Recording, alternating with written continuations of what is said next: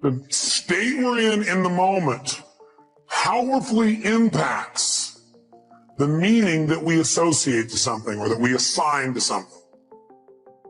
So one way to change what things mean to you is just change your darn state. If you're feeling great, do things just kind of bounce off you that normally if you're feeling upset? Would you change the way you look at them probably, change the way you feel about it? You bet. So we need to really still manage our state. And we talked about that a great deal last session. I want to make sure that that's part of your life's work. Because your life's work is really learning how to live in a way where you spend most of your time enjoying yourself, very little time in pain. Most of your time in pleasure, very little pain. And living your life hopefully in a way where not only do you feel good all the time, but the people around you feel good just by being around you. Because they're around you, they feel a lot less pain and a ton of pleasure. See, that's my idea of success. Success is when you've learned to live your life in a way where you experience tons of pleasure every day and almost no pain. And simultaneously, where the way you live also causes the people around you to experience very little pain and tons of pleasure. Then you know you're really successful. Because if you feel good and nobody else does, you're a failure. Now, that doesn't mean you go around trying to make everybody feel good. Some people have an investment in feeling bad because they think feeling bad equals feeling good. Are there people that believe that? Yes or no?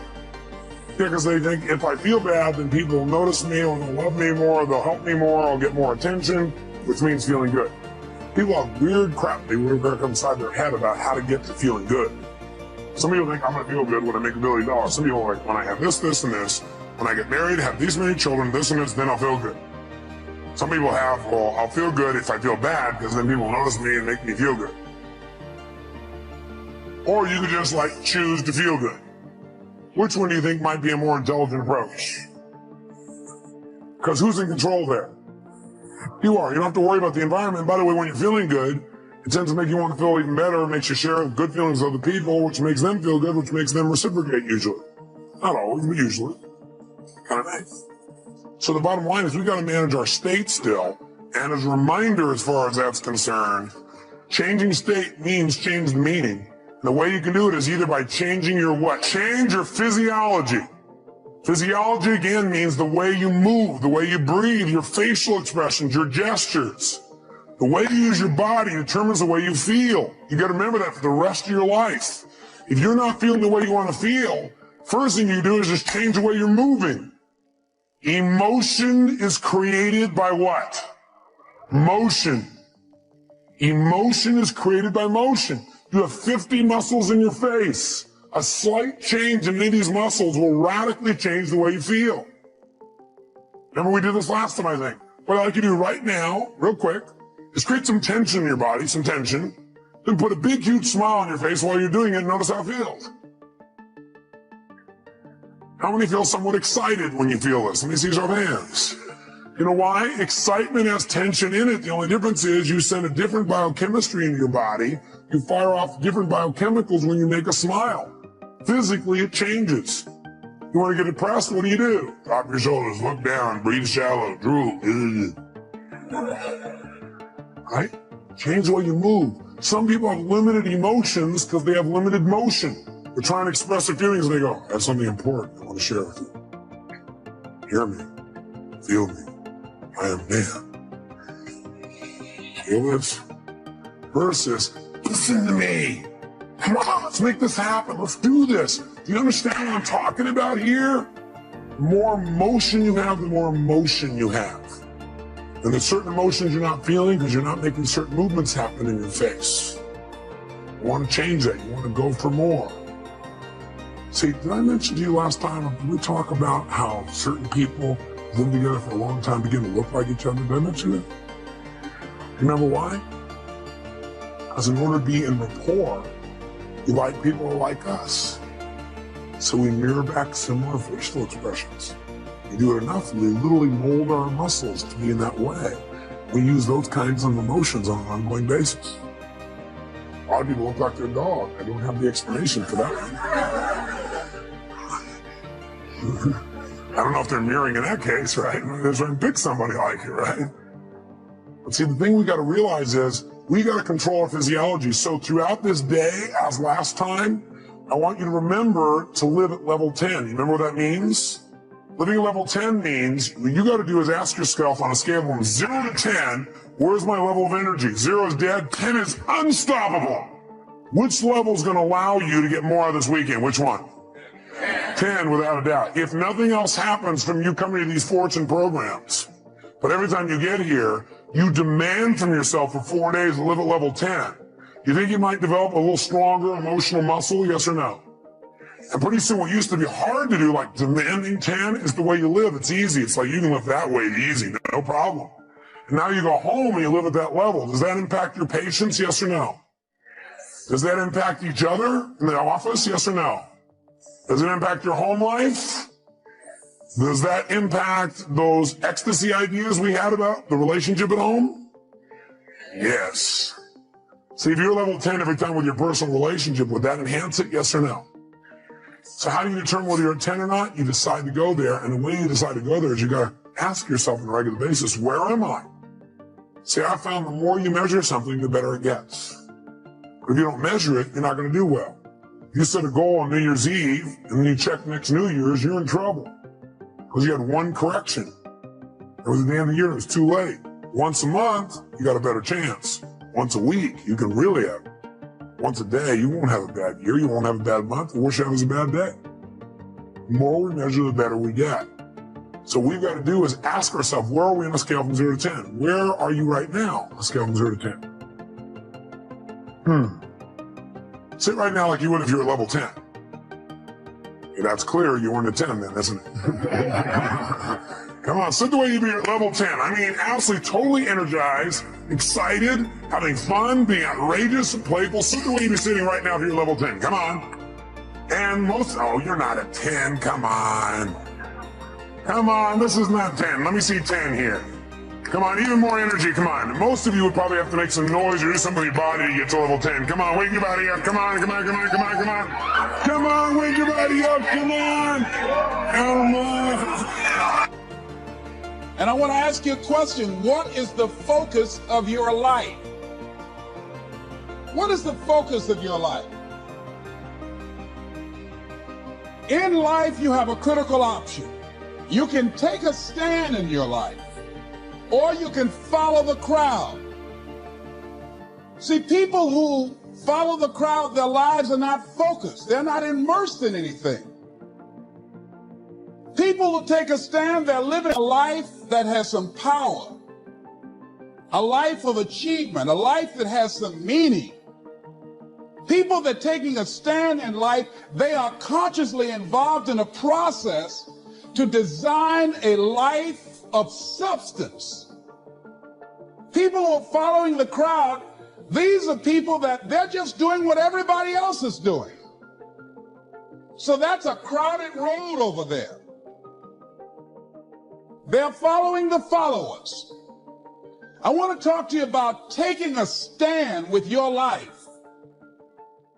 And what are some of the things we can do that will enable us to give our lives up in a way that has some purpose and meaning, that can be real for us, that can give us a sense of fulfillment, of joy and happiness and peace of mind?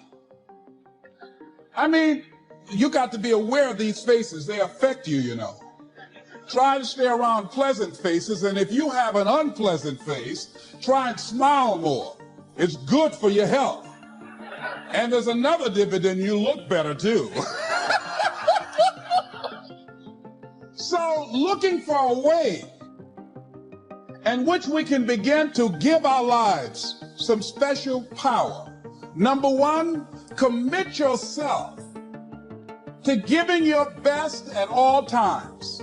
So now more than ever, it's about increased productivity. Now more than ever, it's about superior quality service. Now more than ever, it's about creating a positive atmosphere in the workplace, and people that have that competitive age, people that are hungry to make it. So you got to be hungry now. You can't just casually walk around, well, I'll get to it later on. Oh, no, this is a new day right now. Committing yourself to give your best at all times, regardless of the competition to do otherwise. or the influences of negative people that will tell you, hey, look here, don't push yourself too much. Now's the time to push yourself, to always get in the habit of giving the best that you have to share. Keep learning. When you cease to learn, you cease to grow. When you cease to learn, you sort of begin to decay a little bit. You are to learn how to stay healthy. And you say, well, how do I do that? Well, the proper diet and exercise and rest, that's part of it. In other words, we're not healthy by accident. It's by learning some key things in life that really make a difference. And when we keep learning, something happens in our life. For example, you and I are living in an age when we've had to keep learning. Because when I was born, there were no computers that I knew of in 1932. So we go back and you look at your life and think about all the things that you've had to learn that your predecessors and your parents didn't have to learn because they didn't even exist. So if you're going to be useful all the days of your life, you've got to be willing to keep learning. So I would simply say that a lazy brain is an aging brain. You don't want to learn, what happens? You start decaying. And so there's something interesting and exciting about learning things in life, no matter who you are and no matter what your age might be. It's fine if you're still upset and discouraged. I'm still discouraged each day. I still feel doubt each day. I still feel stress and overwhelm. Those feelings spark up, but feelings don't have to own you. Feelings don't have to stop you. Listen, my friends, feelings are signals. Feelings are signals to explore something, to gut check something, to act on something. But those signals don't have to be the thing driving the car. You can say, you know what, I feel doubt and I'm still going to take a step here. You can say, you know what, I feel discouraged today, so I'm still going to cheer somebody on social media or text. You can still move forward even when you don't feel perfect. And I think that's one thing right now is so many people, they're like, I don't feel perfect. And so they're just so discouraged. I'm not as confident as I used to be. I'm not as motivated as I used to be, Brendan. I'm like, yeah, because you know what? There's a lot going on right now. There's more on your shoulders right now. There's just more on our shoulders right now. And when there's more on our shoulders right now, sometimes that can dampen down. Like if your energy is like this, it can just knock it down a little bit because it's more weight, right? There's weight of the world on you. There's weight of the economy. There's weight of your family and the expectations of the people around you.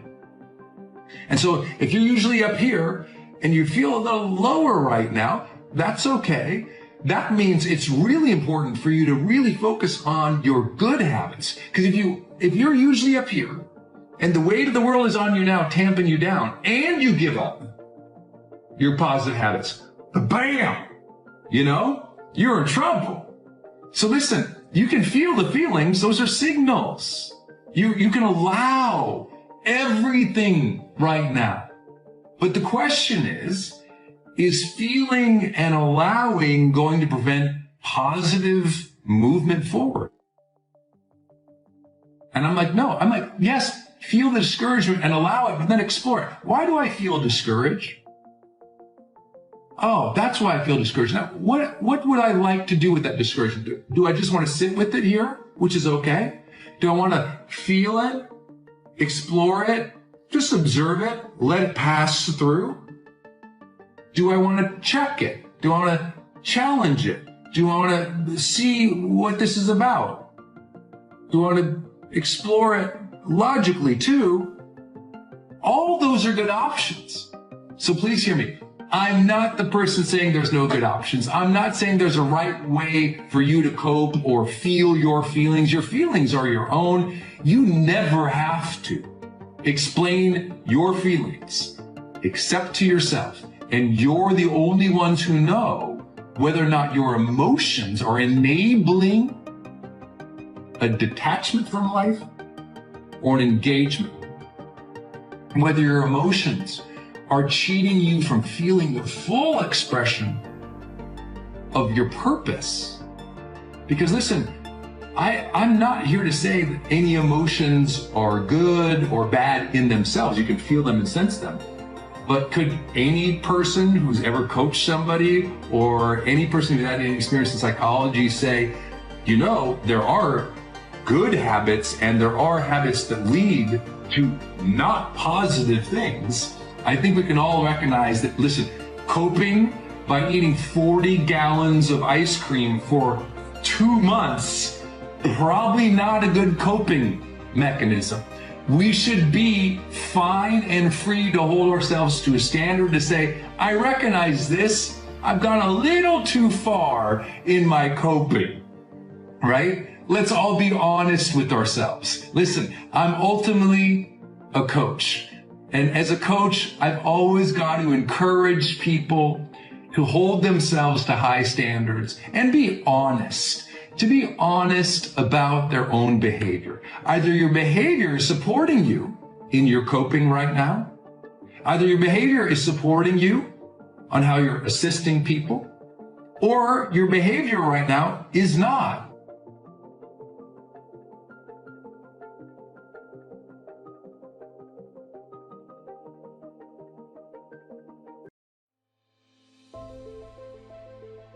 In a time when people are feeling a great deal of anxiety and fear and reservations about the future, at a time when people are going to work and don't know whether or not they will have a job when they get off, and not necessarily because of their performance, but because of what's happening in the economy, at a time when there are challenges more so than ever before in personal relationships, we look at what's happening on a crime level, and what's happening with our youth, that many times I'm sure that we've all taken time just to stop and reflect many times when we hear what's happening in the news or read the newspapers. Where's all of this leading to? What's going on here? And so I think that now more than ever, we must begin to look at what are the things that we can do that would put us on some firm footing in life, that will enable us to do some things and use some powers that we have, that many of us go through life never ever discovering that we have those things going for us. And part of that, I believe, is knowing what it is your life worth. What is it that gives your life a sense of meaning and purpose? Because once you find that, it puts you in your power place. See, if you know what your life work is, I encourage you to start working on it. If you can't do it all at one time, do just a little bit of it. And if you don't know what it is that you showed up to do, if you don't know why you're here, I encourage you to find out what your purpose is here. What is the meaning of your life? You must know what you're going after. You must know what you are going after. You can't live your life meandering around hoping you hit something, and whatever you hit, you say, that's what I was aiming at. You have to have a specific target in mind. Most people don't succeed at getting what they're going after because they don't take the time to research what they're going after. They ask for things and then see if they want them. But you have to be careful about that, because if you ask for something, you might get it. That's a very significant question in knowing what you're going after. Before you go after it, ask God, is it yours? Because if it's not yours, and the only reason you're going after it is because it looked good on somebody else, you begin to covet what belongs to somebody else. Because God didn't want us to be jealous of each other. He wanted you to only want what he meant for you to have and not want what he meant for me to have. Now you say amen to that, but there's very few people who live by that principle. Most people want everything they see somebody else with. They buy clothes that don't look good on them. They wear hairstyles that don't look good on them. They buy houses they can't afford because they're trying to keep up with somebody else. But if you really want to be a winner, if you really want to come off as successful, if you really want to be bright, only go after things that are meant for you to have. It will make you look successful. I can make you think I know Kung Fu, as long as you let me choose who I do it to. I kick you in the head if it's the right one. And what makes you look bright is when you pick your battles. There are some things that you don't fight because that's not your fight. You don't get into that thing. You don't pick those battles. You don't covet what you see somebody else fight down because they're anointed to fight that. They can do that. You might not be gifted to fight that area, and you don't want to covet somebody else's battle or covet somebody else's success. Covet, and the other word I want you to think about is the word envy, because envy is the attitude that you have about other people's success. When you become envious of other people's success, you fail to become everything that God would have you to be. And the quickest way to stop being envious of other people's success is to know that God has something for you, that everything in your life is preparing you for that thing, that there are in your life defining moments. This is a critical issue. Moments that if you handle properly, they are pivotal points that change your life for a lifetime. It is at these moments that if you know what you're going after, everything that you went through before is justified in preparing you for these defining moments. When you come to the defining moments in your life, you can look at the other moments in your life and say, Lord, I wasn't happy about that when it happened, but I'm glad now that it happened. Because I realized that if I hadn't have gone through that, I wouldn't be ready for this. Everything you took me through before was preparing me for this moment, and now I'm ready to go after what God has promised me and receive it at all costs. Know what you're going after. Be clear about your direction. Don't wake up in the morning and see if something's going to happen. Wake up in the morning to make something happen. Get up out of the bed with an agenda. Oh, I lost half of you on that. Because you're just so happy that you got up, you don't care what does happen. You say, well, at least I'm up. But people who get up like that, nothing does happen, and the days turn to weeks, and the weeks turn to months, and the months turn to years. Years of mediocrity is what causes people to be bitter. If you want to get around bitter and complaining people, get around people who are not seeing much activity. They're bitter, they're complaining, they're cynical, and they're jealous because nothing is happening. If you want to get around less gossip and less jealousy, get around successful, busy people. Because busy people don't have time to care what's going on in your life. I have no need to investigate what's going on in your life. I have so much going on in my own life that I'm not interested in what I heard that they said that you thought, that if I thought what you said that I didn't mean if you heard it. The only people who have time for that is people who are not doing anything. And they watch your life like it's a soap opera because they're living their life vicariously through you. What's going on in your life intrigues them because nothing is going on in their life. And if you want to stop that from happening to you, wake up in the bed and know what you're going after. Get up out of the bed with an agenda. When you have an agenda, you don't spend time worrying about how you feel because it doesn't make any difference how you feel. You woke up with something to do. Positive self-direction says, I know who I am and I know where I want to go. I am accumulating knowledge and experiences and feelings and philosophies that will help prepare me for opportunities that I know will show up without notice. You know who you are and where you want to go. You've been working on the parts of your personality that will make you better, working on your attitude, working on your health, and you constantly see yourself in the place that you want to be.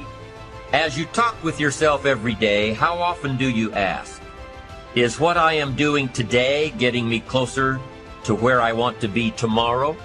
Am I making the daily adjustments necessary? Am I doing all that it takes?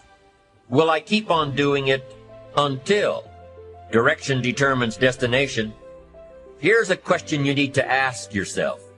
Are all of the disciplines that I'm currently engaged in taking me where I want to go? What an important question at the beginning of the month, at the beginning of the week, at the beginning of the day. Because here's what you don't want to ever do. Kid yourself. You know, kid your neighbor and kid me and kid the marketplace if you want to, but gosh, you can't kid yourself. With your fingers crossed hoping you'll arrive at a good destination when you're not even headed that way. You say, well, maybe the wind will take me. Well, there's a chance. But you've got to take charge. You've got to ask yourself often, am I? Am I doing the disciplines that are taking me in the direction that I want to go? I don't want to be faked out here and think I'm on the way to financial success when there's not a prayer, not a hope.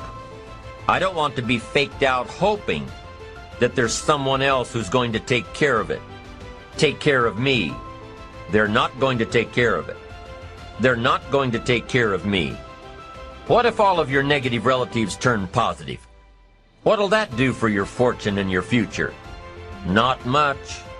If prices come down a little, what'll that do for your fortune and your future, and your sophistication and your culture? What'll that do? Not much. If the economy gets a little better, what'll that do? Answer, not much. If you don't make plans of your own, you'll fit into someone else's plans. And guess what they have planned for you? You're right, not much. Most people wake up every morning counting on this not much list. And that's why what they have is not much. Not much hope, not much promise, not much progress. Forget the thief waiting in the alley to snatch your purse. What about the thief in your mind? Lazy, not stimulated by thoughts and questions. Don't become a victim of yourself. Ask yourself these questions. Is this the direction I want for my life? Is it someone else's direction? Is it a goal that I have been ingrained with since my childhood? Is it my parents' or my spouse's or my boss's or my children's? Is it mine? Ask yourself these questions. Debate them if you will. But most importantly, get into the debate of your inner mind. What am I doing that works? What am I doing that doesn't work? Debate it all. Work with your mind to figure out the best possible direction for you. Your self-direction. Your self-direction. All right, the question is then, how do we find our purpose? There are two questions we have to ask ourselves. Find our purpose in life, and question number one is, what am I passionate about? Passion often is linked with purpose. What I love to do is often what I should do. Once you have passion, you have energy. Once you find your passion, you find your purpose, there is something energetic about it. You have never known a person who was passionate that lacked energy. We talk about high energy people, we talk about low energy people. There's no such thing as like low energy people. If you have high energy, you have passion. If you have low energy, you don't have any passion. You know, some people, they're already dead. They haven't made it official yet. Now, when I say passion and purpose are linked, that is usually the case. It is not always the case. It is possible to be passionate about something that you're not good at. It's possible to be passionate about something that you're not gifted in. Hello? Let me explain. Have you ever watched the tryouts at an American Idol? Woo, they are passionately bad. Every time I see something like this, I always have a question. Whenever I see somebody that's just really passionate about something that they're not good at, I just always ask myself, where are their friends? Don't you think you should just sit down at the table and say, my name is John, I'm your friend, I just want you to know, you can't sing. So it's possible to be passionate about something that you're not good at. But I know this, if you're passionate, that it will increase your energy. And the second thing that I've discovered about passion is it sets us above the crowd. A person with passion always stands out. The world is so full of apathy. It's so full of average. It's so full of whatever. That once you have passion and once you have a sense of energy in your life, it just sets you apart. It distinguishes you. It already gives you what I would call a head start in success in life.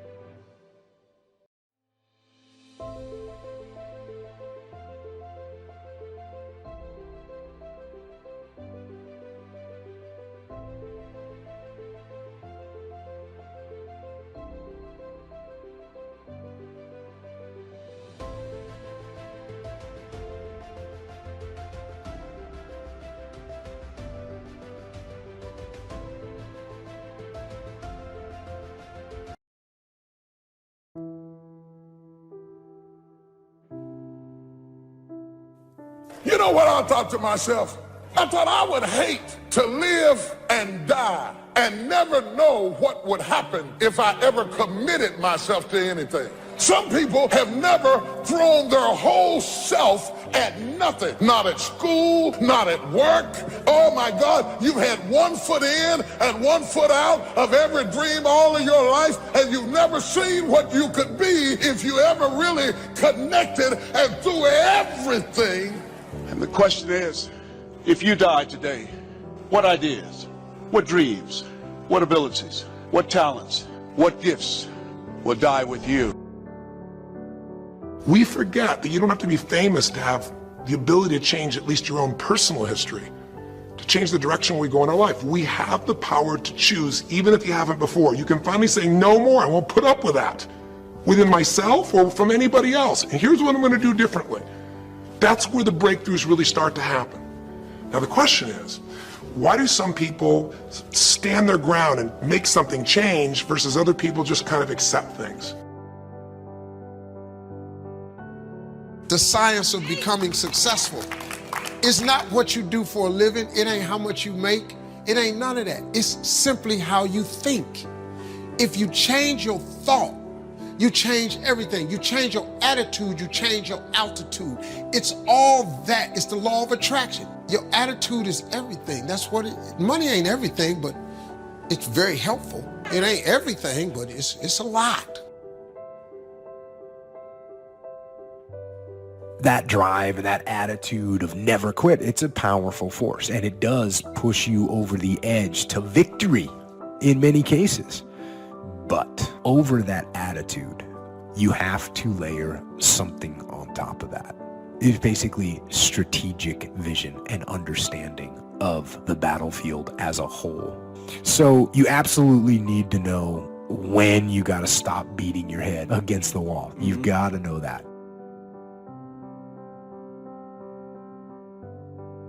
Happiness is both a grasp of the obvious, as well as an awe of the mysterious.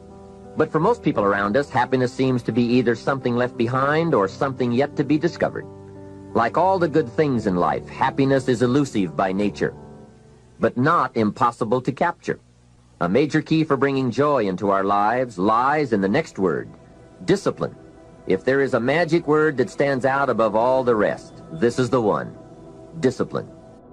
So many people go through their whole lives leaving things up to chance. That is loser mentality.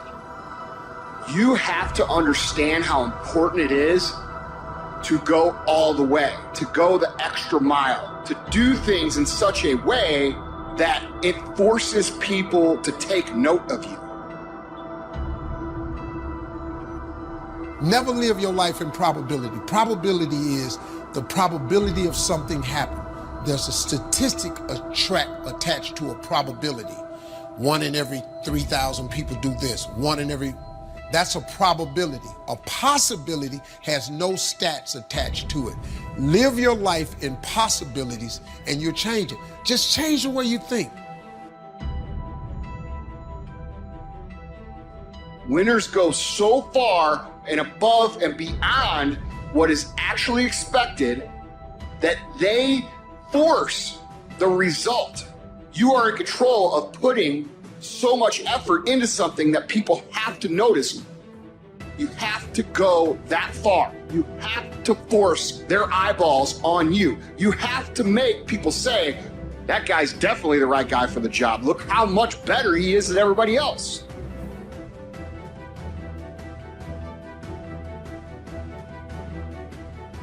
Predictability creates stability. Structure creates steadiness.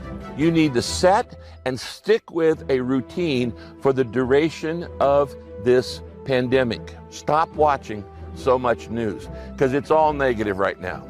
And for your own mental and emotional and spiritual health, you need to monitor your media intake. I made a decision, a very difficult decision. All of my work for all those years of filing, I made a decision to get rid of all of it. They're not relevant, they're not new, they're not fresh, they don't breathe, there's no fire and passion in them. I'm just going to say to you, begins to help us to let go of the things that we have depended on the past so that we can go to an entire new level of living.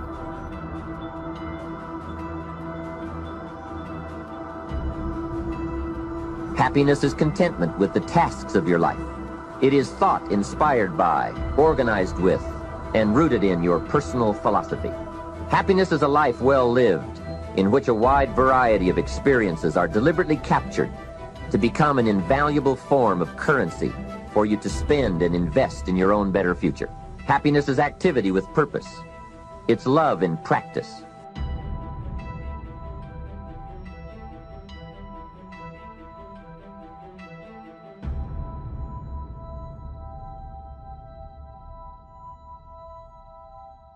I'm more creative today than I would have been if I'd have had those files. I test more than I would have been because what? That was a crutch to me. I was holding on to what I knew instead of letting go so I could grab hold of what I could become. So that's a huge word right now. Just be testing. It's going to make you the person you need to be during this time. You know, testing says that there's a better way, and failing says, I haven't found that way. Failing tells you that, I haven't found that way, but it also tells you getting closer to find that way.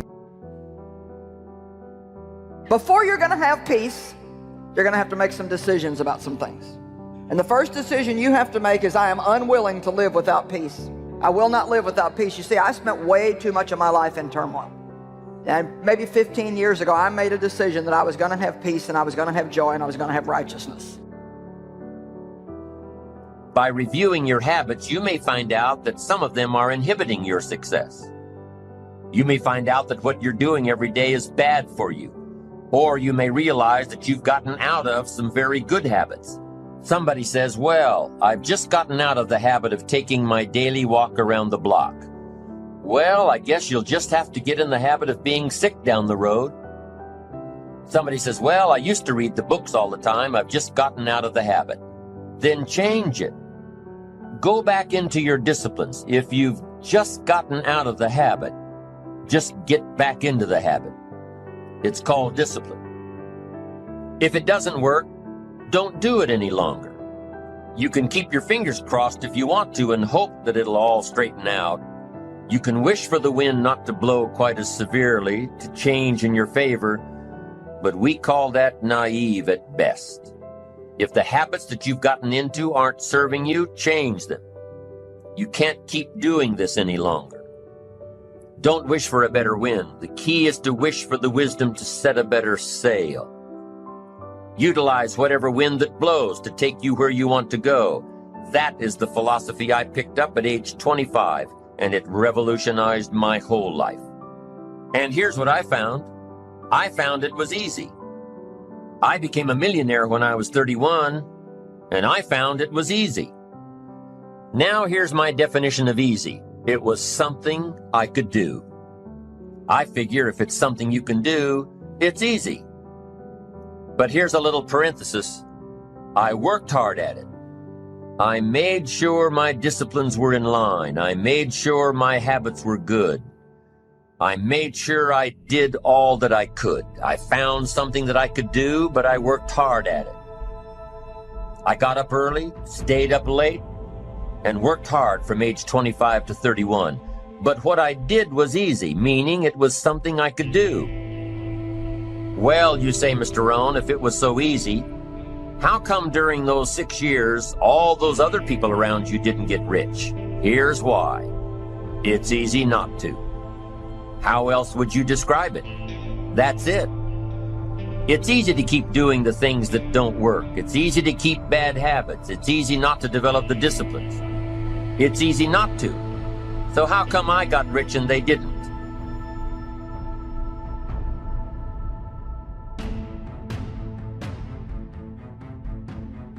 Here's a philosophical phrase. The things that are easy to do are also easy not to do. That's the difference between success and failure, between daydreams and ambitions. Here's the key formula for success. A few disciplines practiced every day. And those disciplines have to be well thought out. What should you spend your time doing? Don't waste your time on things that aren't going to matter. But a few simple disciplines can change your whole economic future. Future with your family, future with your business, future with your enterprise, your sales career, your management career. A few simple disciplines, a few simple habits, good habits, repeated every day.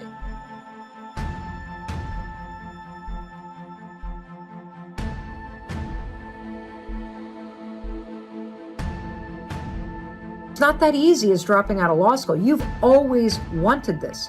You've always worked for this. You've dreamt about this forever. And it's not going to leave you. That's why we say your dreams are kind of in the back of your mind. So you don't have a choice about this. If you've always wanted this, so you got to take care of the fact that you're grieving, and that's like riding waves of emotion.